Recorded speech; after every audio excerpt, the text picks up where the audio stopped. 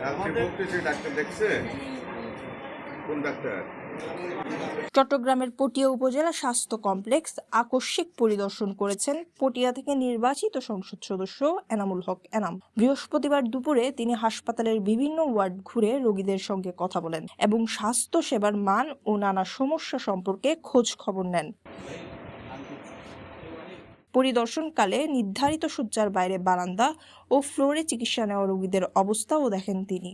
এ সময় কয়েকজন অসহায় রোগীকে তাৎক্ষণিক আর্থিক সহায়তাও দেন। রোগীরা হাসপাতালের সেবার কিছু সীমাবদ্ধতার কথা তুলে ধরলেও চিকিৎসা সেবার প্রতি সন্তোষ প্রকাশ করেন। পাশাপাশি শয্যা সংখ্যা বৃদ্ধি ও স্বাস্থ্যসেবার মান উন্নয়নের দাবি জানান।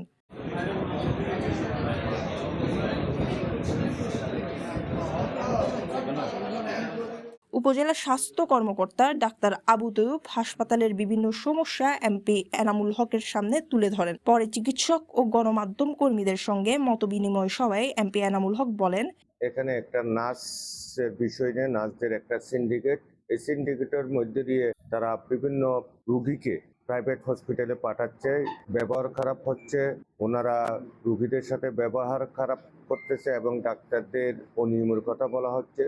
এখানে আমিও দেখেছি মেঝেতে মানুষ চিকিৎসা সেবা নিচ্ছে, বারান্দায় নিচ্ছে, সব জায়গায় চিকিৎসা সেবা নিচ্ছে। আমি সংসদে উপস্থাপন করেছি 200 শয্যা বিশিষ্ট এই স্বাস্থ্য সেবা করার জন্য। ইনশাআল্লাহ আমরা যদি অচিরেই এটা 200 না হলে অন্তত 100 থেকে 150 সেটা উন্নত হবে বলে আমি আশা করি। একই সঙ্গে হাসপাতালের সেবার মান বাড়াতে চিকিৎসকদের আন্তরিকভাবে দায়িত্ব পালনের আহ্বান করেন তিনি। মেডিকেলের একটা নীতিমালা থাকবে, এই নীতিমালার মধ্যে দিয়ে হবে।